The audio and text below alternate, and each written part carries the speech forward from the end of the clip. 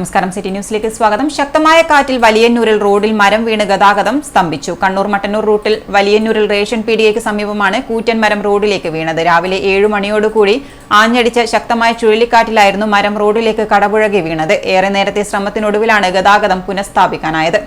മുണ്ടേരി വലിയന്നൂർ ഭാഗത്തു നിന്നാണ് ചുഴലിക്കാറ്റ് പോലെ ശക്തമായ കാറ്റ് വന്നതോടുകൂടി സമീപത്തെ flour mill, Elayavoor Dharmodayam LP school എന്നിവയ്ക്കും കേടുപാടുകൾ സംഭവിക്കുകയും നിരവധി മരങ്ങൾ റോഡിന് കുറുകെ കടപുഴകി വീഴുകയും ഗതാഗതം സ്തംഭിക്കുകയും വൈദ്യുതി തൂണുകളും തകരുകയും ചെയ്തതായി കൗൺസിലർ PP വത്സൻ പറഞ്ഞു.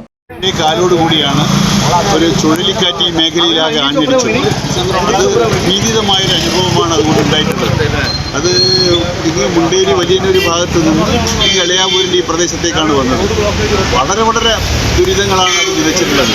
നിരവധി കെട്ടിടങ്ങൾ, അതുപോലെ തന്നെ മരങ്ങൾ എല്ലാം പൊട്ടിക്കൊള്ളും. ഇലക്ട്രിക് ലൈനുകൾ, ഇലക്ട്രിക് കമ്പികളെല്ലാം പൊട്ടിക്കൊള്ളും.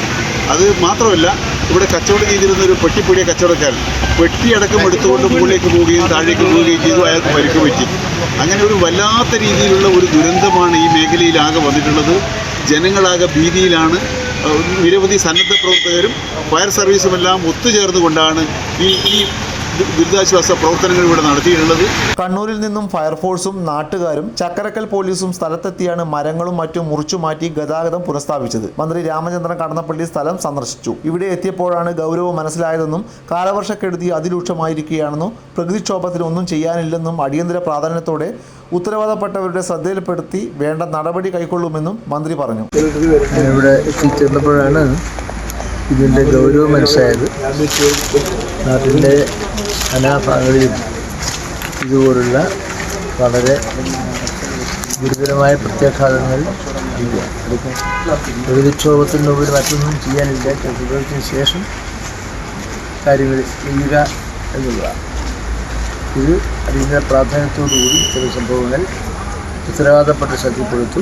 വലിയന്നൂർ മുണ്ടേരി റോഡിൽ കള്ളുഷാപ്പിന് മുൻവശം കൂറ്റൻ മരം കടപുഴകി വീണ് ഏറെ നേരം ഗതാഗതം തടസ്സപ്പെട്ടിരുന്നു. ഇലക്ട്രിസിറ്റി ജീവനക്കാർ തകർന്ന ലൈനുകളും പോസ്റ്റുകളും മാറ്റി വൈദ്യുതി പുനഃസ്ഥാപിക്കാനുള്ള ശ്രമത്തിലാണ്. 1 ലക്ഷം രൂപയുടെ നാശനഷ്ടം സംഭവിച്ചതായി വസുമതി ഫ്ലോർ മിൽ ഉടമയുടെ മകൾ റിനി പറഞ്ഞു.